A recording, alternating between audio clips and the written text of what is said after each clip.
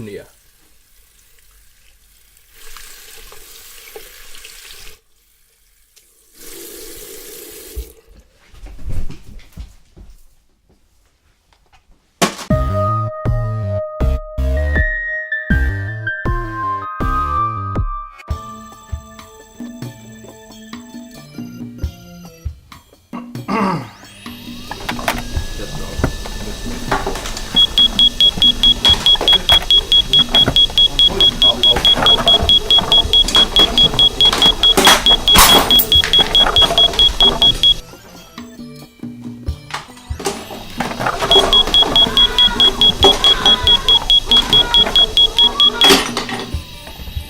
Tää on Zero fucks given. Täällä on Aku-Esa ja Artturi, Nicholas Winding Refnin 2 elokuvaa, kasvutarina ja kostotarina, matka tämmöisestä inhorealismista niin kuin tänne tämmöiseen hyperesteettiseen Refn-maailmaan.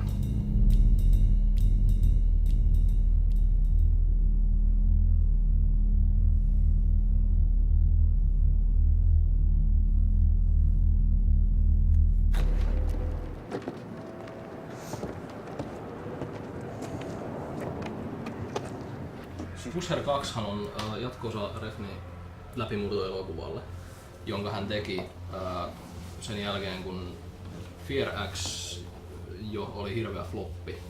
Hän takoipien välissä joutui palaamaan Tanskaan ja hän teki tämän hirveän paineen alla, että hän voisi pelastaa oman leffafirmansa. Ja oman taloutensa, se oli jolle 3,5 miljoonaa auki omalla pankilleen. Niin piti tehdä leffa ja maksaa vuokra. Mun mielestä kaupallisimmin perustein tehty Refn-elokuva. Se on silti paras. Tässä on legendaarinen mahtava Mads Mikkelsen pääosassa. Ja kertoo ensimmäisessä Pusherissakin nähdyn Tonnyn tämmöistä kasvutarinaa ja ehkä yritystä aikuistua. Ja se on kaiken kaikkiaan aivan surkeata räpiköintiä hänelle. Suurimmaksi osaksi siksi, että Tonny on aivan niin kuin auttamaton narkomaani luuseri. Edes takaraivon respect teksti. Tatuointi ei auta. Kaikki melkein mitä leffassa tapahtui tuntuu siltä, että tämä on todellisuutta. Ja siltä, että tämmöistä alamaailma on meillä Pohjoismaissa. Ja Miljo oli myös Pohjoismaista, mikä vaikutti osaltaan tietysti tähän. Joo, totta kai se tuntuu, että se on lähempänä arkea, kun ollaan tämmöisissä autopajoissa ja teollisuusalueilla, mitkä näyttää ihan joltain lausteelta. Joo. Kyllä, tässä on kivenheiton päässä samanlaista maisemaa. Niin, että ihan tosta melkein naapurista löytyy. Se on leffa Jesseistä. Joo. Jesse on meidän tämmönen slanginimi tämmöisillä tyypeillä, jotka on ollut kulmakunnan kingei 15-vuotiaana ja nykyään ne imppaa ja niillä on tatuointi naamassa. Joo, eli tämmönen niinku Jonnesta varttuneempi. Alaselän tatuointi naamassa. Joo, siis tribali silmän vieressä. Joo. Kaikki Jesset tässä on niinku oman elämänsä kingejä ja heillä on loputon itsetunto ja he on ihan täysiä paskakasoja. Ja heidän kaikki elämä, joka on niin kuin, yrittää olla kummisetä ja glamouria, niin kaikki se näyttäytyy semmoisena hirveän surullisena riekkumisena. Joo, ja mitä siihen itsetuntoon tulee, niin että miten meille niin kuin näytetään se, että vähän väliä palataan siihen, että niin tosiaan on niin kuin semmoinen ego, että mä oon päällikkö ja kuningas. Ja en mä muista, oliko se tästä vai sit Pusher 3:sta se joku alamaailman King Kong. Joo, King Kong Copenhagen. Joo, tää näin. Että ne on ihan kuninkaita. Ja joo, jokainen niistä on 3 markan kuningas. Niin kuin Aku sanoi hyvin eilen, 3 markan kummisetä. Ja tosi hieno ja kuvaava kohtaus leffassa on, kun hahmo Kusse Kurt, eli Kusipää Kurt, joka muuten englannissa on Kurt the Cunt. Ainakin näin IMDb-foorumilta kolastin. Okei. Kusse Kurt, joka sen jälkeen kun me ollaan nähty kuin kurjaa niin kun ja harhasta näiden touhu on, että impataan jotain amfetamiinia keittiön lattialta, kun se on kaatunut siihen ja riennutaan ja ollaan jossain kulmapubissa viettämässä häitä. Ja lapset katsoo stripparia. Jep. Niin sen jälkeen Kusse Kurt sanoo, että Tonnylle, että tää ongelma ei saa pilata mun jetset-elämää. Joo. Ja se jetset. Se kertoo niin paljon. Se yksi repliikki, missä ne on hänen henkisesti. kämppäänsä, joka on sellainen Kusen polttama liiteri, missä on... Joo, joku kellarikolo. se... Hienoa, että me katsottiin just nämä 2 elokuvaa, koska Pusher 2 oli tämmönen täysin henkilöihin ja tarinaa nojaava, niin kuin hyvin niin kuin... Käsikirjoitukseen ja näyttelyyn. Niin, sisältöön nojaava elokuva, mikä on kuvattu, no vähän miten sanottu, tai siis silleen, että ihan oikein se hyvin, mutta hyvin Joo. tarkoituksenmukaista käsivarakuvausta. Ja sit Only God Forgives, minkä visuaalisuus vaan peittoaa nämä seikat, mitkä on selvästi ollut tälle elokuvalle tärkeitä, tälle Pusher 2. Estetiikka, audiovisuaalisuus, mä laajentaisin siihen ääneen kanssa, että siinä kaikki muu niin kuin tuntuu taas sivuseikalta. Joo, totta. Mut Pusher, mä en usko, että Pusheri olisi voinut kuvata mitenkään muuta ja saada niin voimakasta elokuvaa aikaan, että vaikka meidän, niin kuin, vaikka siinä on käsikirjoitus ja näyttelijät olisi yhtä hyviä, niin jos se olisi semmoisena etäännytettynä taideelokuvana kuvattu, niin se ei toimisi. Joo, ei. Se olisi kuinka paljon humia Joo, ei.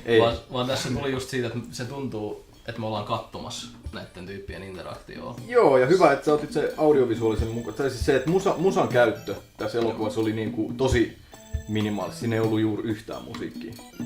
Se hyvin paljon ollaan vaan hiljaisuudessa kuullaan, kun ihmiset, tai niin kuullaan se tilanteen ääni. Ja muutamassa kohtaa, kun se musiikki tulee, niin se tehostaa sitä todella kovaa. Joo. Dialogillisesti. Only God Forgives on tosi hiljainen ja kuiva elokuva.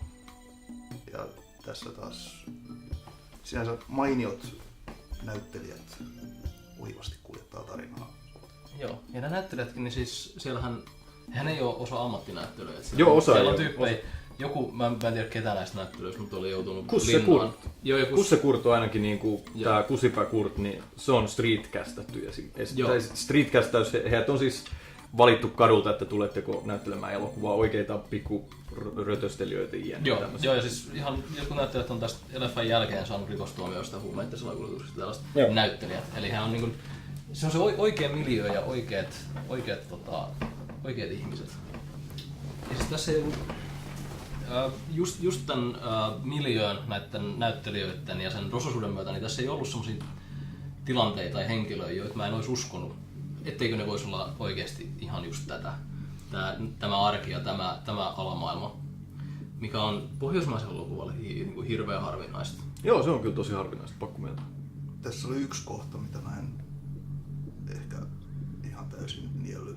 Spoiler-varoitus oli se, kun ne sai tän heroiinin ja sitten saman tien kun ovelta kuului koputus, Kusse Kurt meni huuhtelemaan näitä heroineja WC-pöntöstä tietämättä kuka siellä ovella on. Niin välittömästi tunnelma. Että siellä on poliisit, mutta se on kuitenkin joku 80 000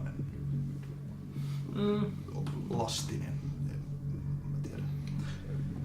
Tosin mä en ole ikinä ollut itse tuollaisessa tilanteessa. Niin. Luultavasti mä tekisin samoin, mutta jotenkin se ei elokuvassa mene läpi mulle. Tai meni läpi, mutta ehkä just... Mulla se meni sen takia läpi, että oli selvästi kerrottu sitä ennen, että nämä on oikeasti ihan vitun dajuja. Joo. Se on kyllä, ja että he on kaikki ihan pöllössä. Joo, niin. Jos he ei vedä koksuun, niin niiden piti siellä hotellissa vetää se viinakaappi äkkiä tyhjäksi, koska paremman puutteessa niin kauan, että saadaan hoidettu tää diili tästä ja päästään ulos vähän snorttaamaan auton konepeliltä. Käyttäytyy niinku semmonen teini, jonka pitäisi olla pääsekaisin. Ja ylipäätään se päihteiden käyttö, niin sen kuvaus tässä oli tosi hienoa. Et loppuun kohden, kun mennään sinne, tulee tää häät, juhlat. Mun mielestä tuli tosi vahvana tämmönen se laskuhumala ja se se on niinku elämän krapula. Joo. Varsinkin koko leffan loppuosio on semmoista yhtä isoa krapulaa. Joo. Se aamullinen tunnelma siellä baarissa. Se on täydellinen viimeinen vartti tossa. Niin tosi epämiellyttävän autenttinen. Joo. Aivan mainio. Tässä kohtaa täytyy varmaan mainita tää kappale, joka soi. Hieno biisi. Eli hääjuhlapaikassa, joka ei näyttänyt, vaan oli biljardibaari, jossa oli strippari. Soi yhdessä kohtaa tällainen kappale, johon kaikki kiinnitetään huomioon. Se oli niin istuma, se oli täydellinen. Maailman alakulosin diskokappale Omskin paikallisesta. Jonka tahtii ihmiset melkein nukuksissa joraa hitaasti ja laiskasti. Ja sitten lopputeksteissä lueteltiin elokuvan biisit. Se yritin sitä pompata, mutta Mikäköhän se näistä olisi? sitten se oli nimellä, tämä kappaleen nimi oli Sad Disco, joka soi siellä. Sad Disco. Sen on pakko olla toi. Voiko olla näin osuva? Mutta se oli hieno ja se oli tosiaan yksi niistä harvoista kappaleista, mitä tässä kuultiin. Joo. Ja hyvin perusteltua käyttää sitä siinä kohtaa. Niin kuin kaikki muutkin kappaleet. Se on täysin nappaa. Paitsi se auto. Kun ne meni varastamaan niitä autoja, niin sit siinä tuli semmonen vähän semmonen... Se tuntui tyylittelyltä. Vähän semmonen retrofiilistely, vähän semmonen mihin Refni on sortunut niinku nykyään enemmän. Todella paljon. Niin. No okei, todella paljon. Nykyään se on sukeltanut siihen, mutta se tuntuu just siltä, että rakastan Italo-leffoja ja Italo niinku synaa. Joo. Et nyt haluan tän kohtauksen, missä soi synaa. Riippumat siitä, että olisiko se ollut paras valinta siihen. Niin. Se oli niinku montaasi kohtaus. Joo, periaatteessa. Se olisi ollut hiljaisena, mä olisin tykännyt tosi paljon. Siinä olisi ollut jännitetönä. Joo.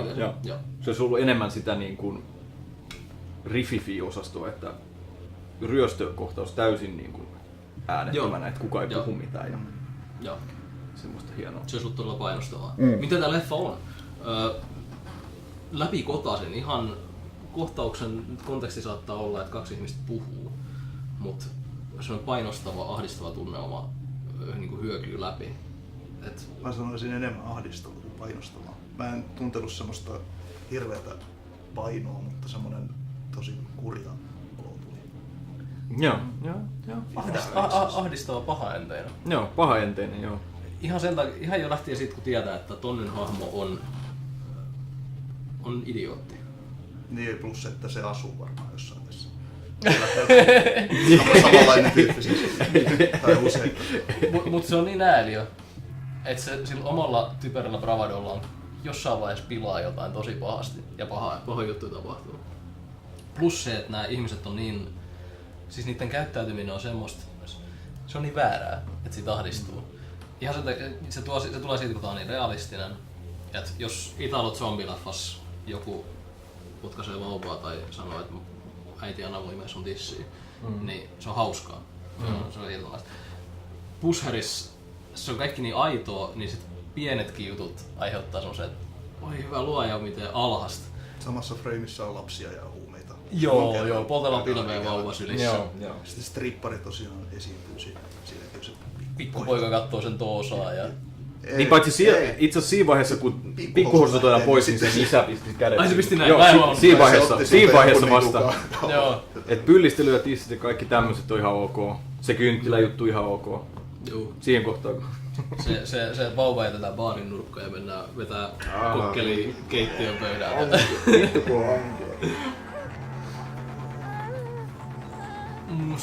Hyvin harvoin aiheuttaa elokuvan närkästymistä. Yleensä sen närkästyminen, jos tulee, niin se on siitä, että elokuva on niin paska tai niin manipuloiva tai manipulatiivinen. Eli se on sitten semmoista, että no niin mä näen, että millaista tunnetta yritätte saada mut tuntemaan teidän vitun ylitse vedetyllä kyynelihtimisellä ja paskalla musiikilla. Mä kieltäydyn, haistakaa vittu. Olisiko esimerkkejä? Pusheris mä en närkästynyt siksi, mä närkästyin siksi, että oikeesti vittu nää ihmiset. Sä oot tulossa vanhaksi. Mä oon tulossa vanhaksi. Mut se ei ollut paha, siis mä nautin siitä närkästymisestä. Koska sen on kanssa huomannut, että mitä enemmän tekee elokuvia ja mitä enemmän on elokuvaa jutuissa, analysoi leffoja ja tälleen, sitä vähemmän sä oikeesti enää eläydyt millään tavalla myötäelät tai koet mitään tunteja elokuvissa. Eli suurimman elokuvan katsominen on vaan sitä, että tuijottaa leffaa ja miettii, että no niin, näin tää menee, tossa on tuolla tällainen. Ja sit kun tulee se tunnekuohu jostain leffasta. Aito emootio. Aito emootio. Joo. Aito emootio, se on niin harvinaista. Ei oo mikään uusi elokuva vaan. Ei, siis mä oon nähnyt aikaisemminkin, mutta se silti yllätti, että tää toimii näin kovaa edelleen. Ja se on hyvin harvinaislaatuista mulla. Tarkoitin, että siinä on se aspekti, että sä oot nähnyt paljon elokuvia ja sä rupeat katsoa teknisiä asioita, jos sua kiinnostaa, mutta myös se, että nykyään tehdään vähemmän sellaisia hyviä elokuvia. Niin. Joo. Jossa tulee se tunne sisältö. Joo. Mä en muistanut, että tää on näin hauska myös. Joo! Siis siis vastapainoksi, nyt puhuttiin siitä, että kuin ankea se oli ja näin, niin haluan ottaa pöydälle sen, että tässä on todella synkkää, todella hyvää mustaa huumoria. Täysin niin kuin absurdin ankeita, että alkaa vaan naurattaa. Esimerkiksi se Jetset-homma, se oli silleen, että et sä voi olla tosissasi ja kaikki ne, mikä olisi hyvä esimerkki. Televisiohajoitus. No televisiohajoitus. Se oli kyllä vähän puhtaampi komedia hetki kuin esimerkiksi se, että pistetään muroihin pilveen. Joo. Tää, kun Kusse Kurt selittää yhdessä vaiheessa tälle Tonnylle siitä, että Ilotaloon on tullut uusi tyttö ja mä panin sitä takapäin kylpyammeessa ja sen hampaat osui siihen laitaan ja sillä lähti ne niinku maitohampaat irti, niin tajusin, että tää on niinku tosi synkkää komedia vaan. Ja... Se oli hauska, koska se oli niin tehokas vitsi. Se oli vitsi elokuvan maailmassa, se oli hauska musta vitsi, eli se maitohampaat katkes. Joo. Tai se sanoi, että ne hampaat katkes, mutta onneksi ne on maitohampaat, ne kasvaa takas. Mitä Tonne ei ymmärtänyt, siinä myös rakennettiin hyvin sitä hahmoa, että se ei vaan tajunnut sitä vitsiä, se oli se, että joo mä uskon sua, Joo, erinomainen henkilö. Tyhjä ilme. Se oli niinku se respect-tatuointi. Se kertoi heti, että tää on oikeesti näin luumu. Tää äijä. Joo.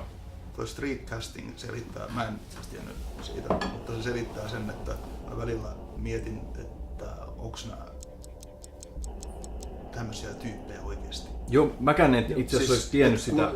Että näytteleekö kukaan noin hyvin? Joo. Siis just tommoset niin että... Kun mä kaappasin eilen tuon leffan, niin siellä oli dokkari tästä. Semmonen niinku puolituntinen dokkari melkein. Kolmosessahan ihan sivurainen, mutta siinähän oli ne Albaani tai jotkut tällaiset. Joo, se kaksikko. Ne kaksi liikekumppanit. Joo, ne oli jotain partureita. Ne oli jotain partureita. Joo, todellisuudessa. Jotka Rafn oli spotannut. Mutta siis näitten nää ketkä on vedetty kadulta, niin niillä on katsessa ja kaikessa niinku se semmonen, että ne ei niinku... Sellainen empatian puute. Joo. Tosi voisin kuvitella, että hyvin vaikea näytellä tuollaisia. Joo, ja siis Mads Mikkelsenin roolisuoritus on ihan huiva. Aivan huiva. Ja yksi kohtaus loppupuolella siltä pyydetään kamalaa asiaa. Se istuu autossa ja se on varmaan eka hetki kun elokuvassa, kun se miettii. Kun se hakee sanotaan, sitähän tentataan. Joo. Ja se on mahtava katsoa, näkee kun ruosteiset rattaat raksuttaa. Joo, se empii ja miettii, että mitä nyt kannattaisi sanoa. Nyt se hiffaa se Tonny, että sen pitäisi ehkä miettiä, että sieltä ei tule mitään ihan älytöntä sammakkoa. Joo. Ja se empiminen, se oli niinku semmoista Kinski-tier näyttelijän työtä. Joo. Mä oon aina fanittanut Pusher 2 alkukohtausta. Miten se keskustelu ja ne... Vankilaan dialogi. Joo, se kun tietää ykkösleffon pohjalta, mutta siis kun nähän pystyy katsoa mun mielestä ihan erillisin elokuvin ilman, että olisi nähnyt esim. Ykköstä. Juu. Ja jos tämän katsoisi silleen, että ei ole nähnyt ykköstä, ei tiedä, että ne on vankilassa, niin se on taitavasti rajattu ne kuvat. Se näyttää, että nyt ollaan kämpässä. Ja sitten on keskusteltu jo pitkään, leikattu ristiin hahmoja, näytetään, siihen kuluu todella pitkä aika, kun näytetään ensimmäinen laajakuva ja sitten vankila. Että tämmönen ankee. Ja ne on oikeasti näin lähekkäin toisiaan. Siitä tulee semmoinen vaikutelma, että ne on toisella puolella huonetta. Tai siis silleen, että se on vähän isompi se paikka, missä ne puhuu. Nämä Pusher-elokuvat ylipäätään on harvoin semmoisia elokuvia, missä noiden hahmojen katunimet menee niin kuin mulla täysin niin kuin läpi. Tai jotenkin, ne on ihan hirveän onnistuneita. Kusse Kurt, Kusipää Kurt. Ja ne on tosi niin kuin leikkimielisiä, samaan aikaan vittuilevia ja semmosia lapsekkaita hiekkalaatikolla heiteltäviä semmosia. Että se on vaan se tanskalainen O tai onks mistä hitosta, että miksi se on vaan se, että onko se joku, että sitä vedettiin joskus turpa ja se piti jonkun hassun äänen. Tai jotain niinku hauska miettiä niinku, että mistä nämä hahmonimet on tullut. Se oli laatufilmi, Esa ja Arturi, kuulkaa. Pusher 2. Aito. Pidin ennen. Ja väkevä. Pelkäsin Romero-efektiä. Kokemus. Ei, semmoista ei tullut. Oikealla tavalla epämääräistä. Tää suorastaan yllätti 5 tähteä. Zero fucks given. Ja sitten toinen elokuva, mikä me katsottiin, oli Only God Forgives.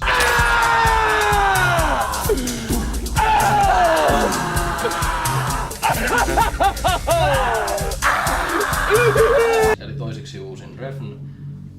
Hyvin paljon parjattu ja elokuvateattereissa totaalisesti flopannut taiteellinen tunnelmointi. Mä näin tämän elokuvateatterikierroksella Ja silloin aika lailla inhosin, tää tuntuu petokselta mulle. Mä olin tähän mennessä pitänyt jokaisesta Refnin elokuvasta. Ja tää oli ensimmäinen, joka ei toiminut mulle ollenkaan. Et mulla jopa Valhalla Rising, jota monet pitää puolivillaisena elokuvana, oli niin kuin ihan 4 tähden kamaa. Silloin suurin viihde leffateattereissa oli katsoa, kun kaikki treffeille kävi ja pariskunnat kiamurteli. Ne pariskunnat, mitä sä näit, niin ne oli tullut katsomaan Driven jatko-osaa. Joo, Ryan Gosling elokuvaa. Joo. Ihanaa Ryan Gosling, joka on real human being and a real hero. Joo, kyllä. Ja sitten kaikki kohtufistausta. Yllätty. Se oli vielä niin, että ohjaaja oli kysynyt, että mitä tekisit tässä tilanteessa. Se sanoi, että hän haluaa kokeilla, miltä kohtu tuntuu. Niin, tai mitä siellä on.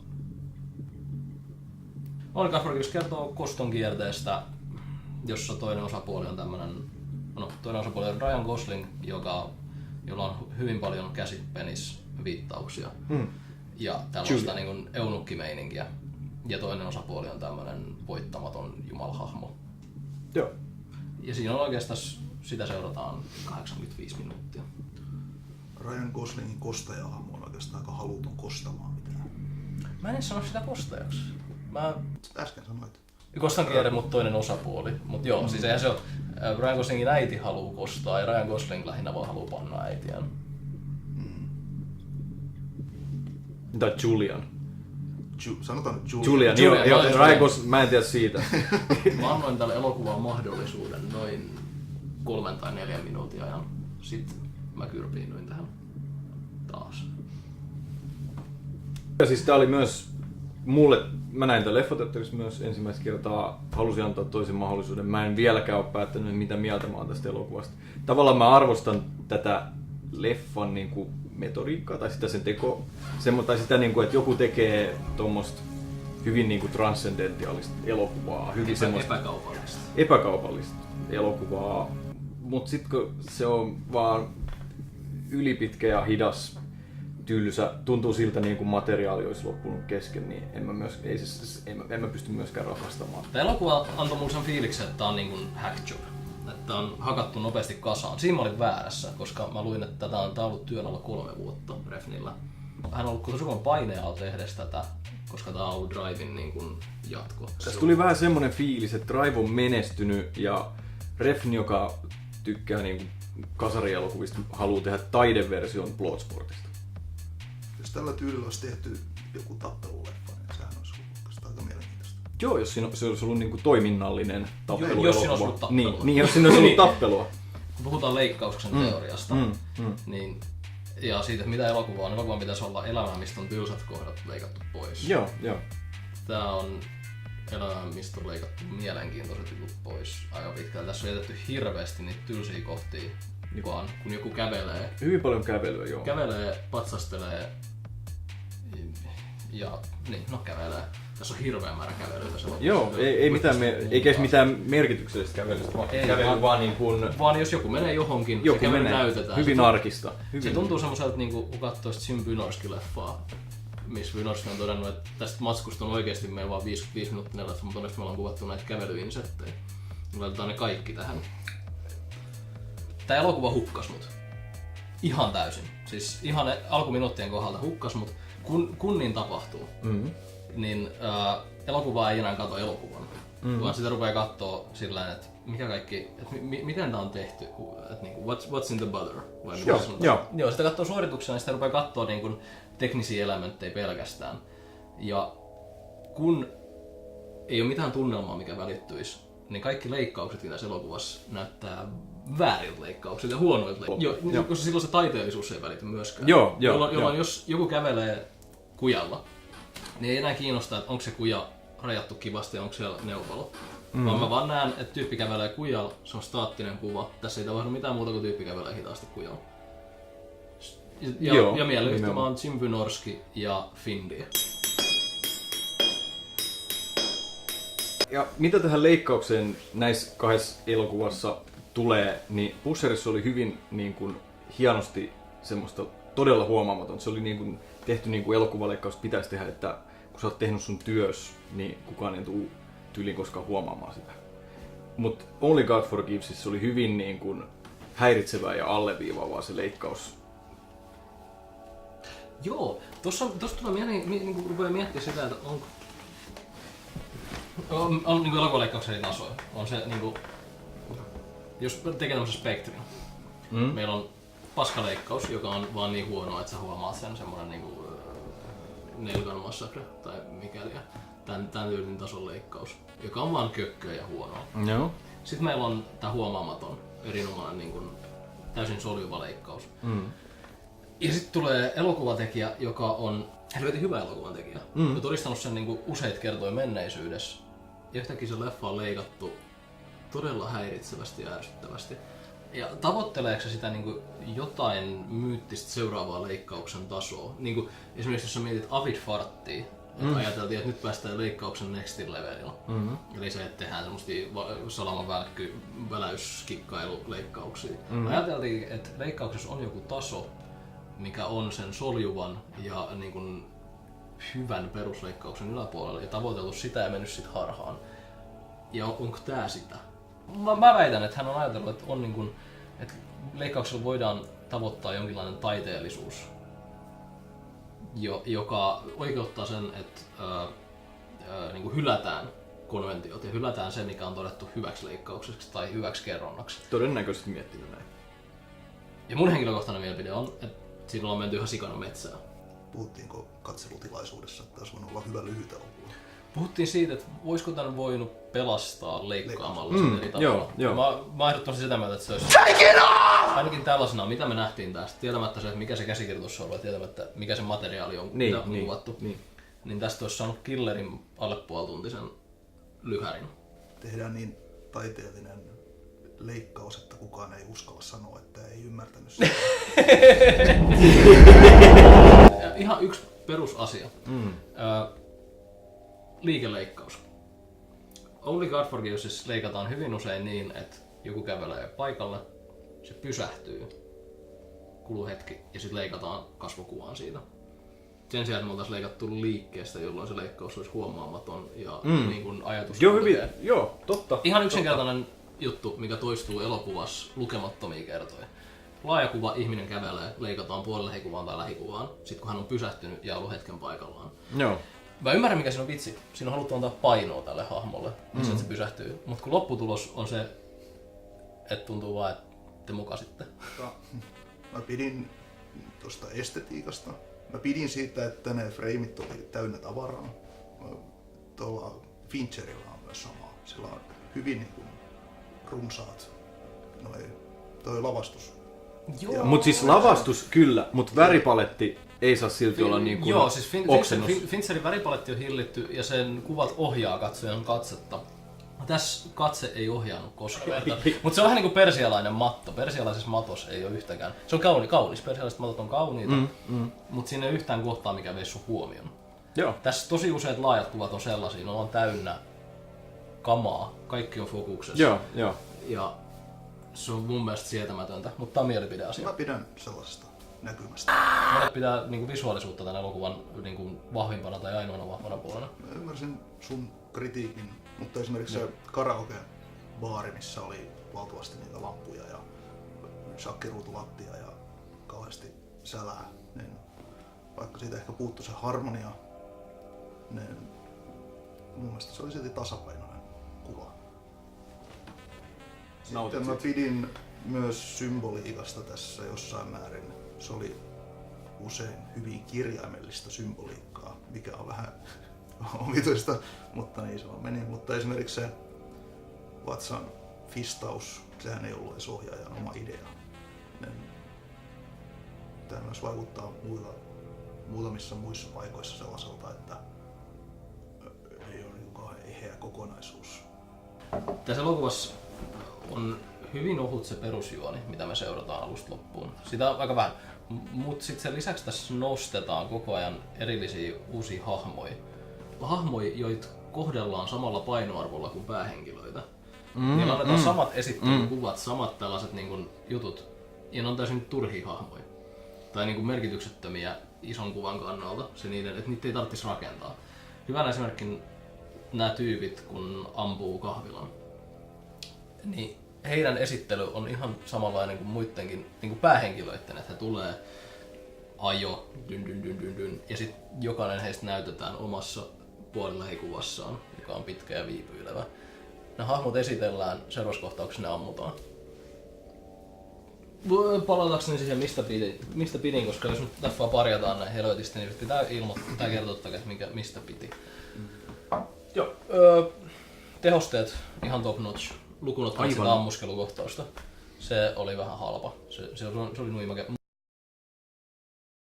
Se oli nuimake. Mutta kaikki muut tehosteet, etenkin tää, kun miehäs viiletään niin kuin melkein kahtia.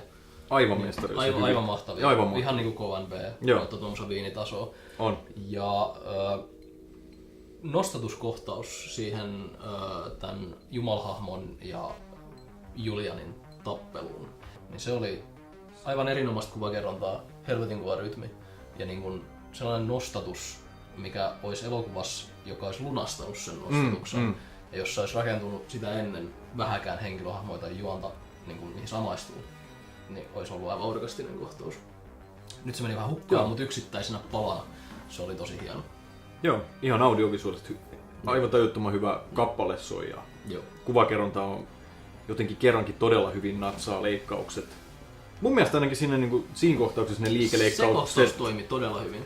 Että ihan niinku se olisi joku semmonen kohtaus, mistä Refni on alkanut miettiä tätä leffaa ja ollut silleen, että joo tämmönen kohtaus, niin kaikki se mitä nähdään siellä taustoilla ja tälleen ja sitten se menee näin. Ja jotenkin niinku, että olisiko tää ollut se eka ajatus, mikä silloin on tullut ja se on hionnut sen tosi timantiksi. Siinä tappelukohtaus, niin se koreografia oli oikein sulavaa ja ne iskut, mitä meni perille, ne oli hyvä fiilis. Niin siis yleisesti tää väkivalta tässä. Siinä kohtauksessa, mistä puhuttiin ja muutenkin väkivalta oli todella... Mä saan... Siis Refnihan on aika nerokas väkivaltakuvaaja. Joo. Ja oli debaattia siitä, että toimiiko väkivaltakohtaukset näin laajoissa kuvissa, mitä tässä elokuvassa tapahtuu. Mä saan jotenkin kiksit aina siitä, kun mä saan nähdä sen niin kuin kaiken, niin kuin, että se ei tapahdu pelkästään se hakkaaminen niin kuin lähikuvissa. Se on jotenkin tosi kyllästyttävää nähdä lähikuvissa hakkaamista, kun voi nähdä semmoista niin kuin tosi eläimellistä hakkaamista laajoissa kuvissa. Ja tässä oli mun mielestä semmosia mahtavia pyräyksiä, esimerkiksi siellä baarissa, kun se löi sen shottilasin tai viskilasin sen naamaan ja sit tönäs sen yhden sinne takas sinne istumaan. Ja se on ihan niinku tapauskohtaista kyllä, että milloin se toimii laajoissa, mutta tässä mun mielestä toimii tosi mainiosti. Niinku, tuntuu todellisesti, että niinku huumorintaju on kadotettu ainakin tämän leffan ajaksi. Joo, koska tämän jälkeen, kun Neon Demonia mentiin katsoa, niin se oli yksi sellainen yllätys mulle, kuin hauska se oli. Tai siinä oli siis, osa siitä hauskuudesta oli kalkkuna-arvoja, mutta siinä oli niin kuin taas... Siinä oli sitä mustaa huumoria, mitä tuossa Pusher 2 sitten taas. Niin kuin, että ihmiset sanoo toisilleen tosi kamalia asioita, mikä on muotoiltu hillittömän hauskasti. Ja tietää, että se on tosi väärin, että ne teki nyt noin, mutta silti on vaan silleen, että ei vittu. Että on ihan hirveän hauska. Niin kuin mä sanoin tossa, että mä en ole vieläkään muodostanut mielipidettä. Mä en varmaan anna tälle edes tähtiä vielä kategorioimaan tätä mitenkään, onko tää hyvä vai huono vai... Mä oon ihan siellä vellon siellä. Mulla on sama fiilis kuin silloin, kun mä lähdin leffateatterista viimeksi. Ei tää hyvä oo, mut siinä on niin paljon semmosia juttuja, mitä arvostaa. Se nyt on aina positiivista nykyään, että se ei oo... Mikähän ajatus muuta nyt hävisi? Remake. Mulle taas tuli pieni sympatia siitä tilanteesta, missä tää on tehty. Ja hyvät tekijät, eikä tässä ole kuitenkaan... Mun mielestä sen ei pitäisi ikin saada vaikuttaa, vaikka tietäisi sen. Että siis, en mä tiedä, onko sitä kauhean kyynistä, mutta ei. Lopputulos. Lopputulos on tärkeä, ei se, että onko ne ollut ahdingossa. Niin. Ja yksi tähti tulee aina siitä, että jotain on tehty. Niin. Joo, mä antaa tällä 2,5 tähteä. Tää ei ole niin huono kuin pettymys aktiivisen tympääntyneen. Mulla oli usko Refniin. Tässä on hirveästi osaamista, hyviä näyttelijöitä, hienojen tekijöiden kamala harhalaukaus. Zero fucks given. Nyt on itse vastakkainasettelun aika, eli paneutu siihen vähän syvemmin. Go! Niin, että nämä on ihan vastakohdat näin. Vastakohdat. Hyvin vähän painoa on juonella tai kerronnalla.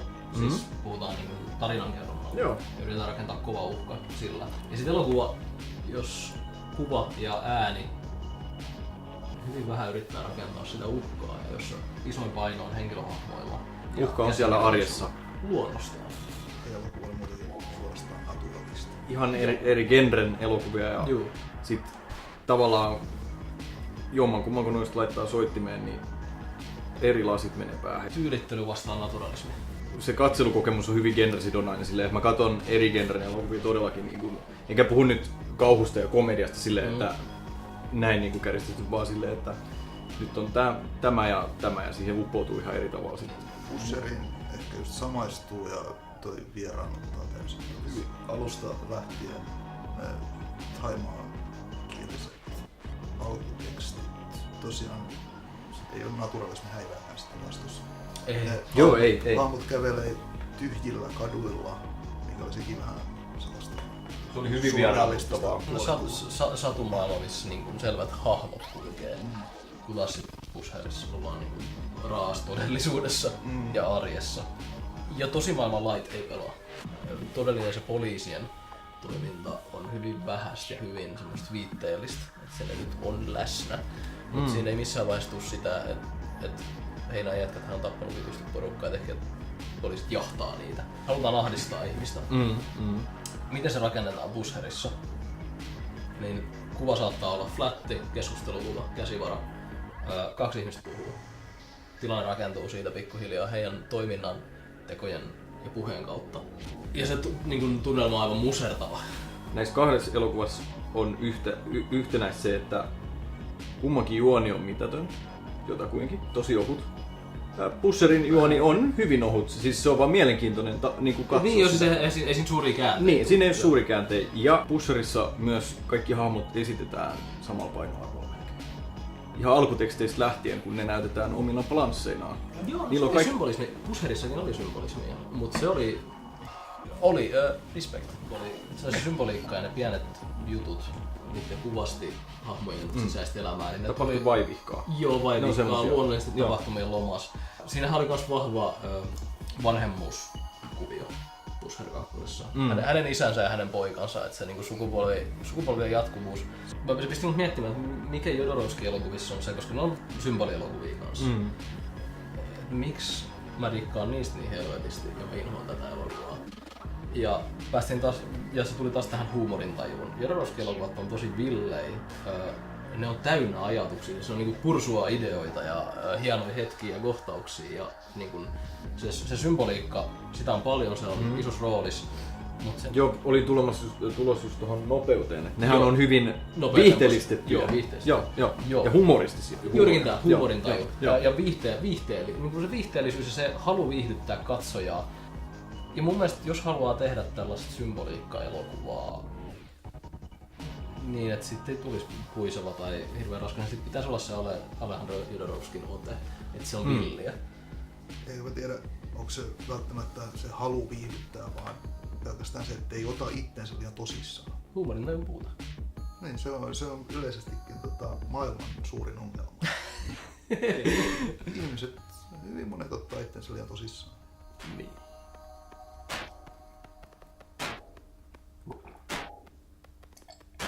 Ja sitten ne on just tollasia kuin Pusherin päähenkilöt. Yeah.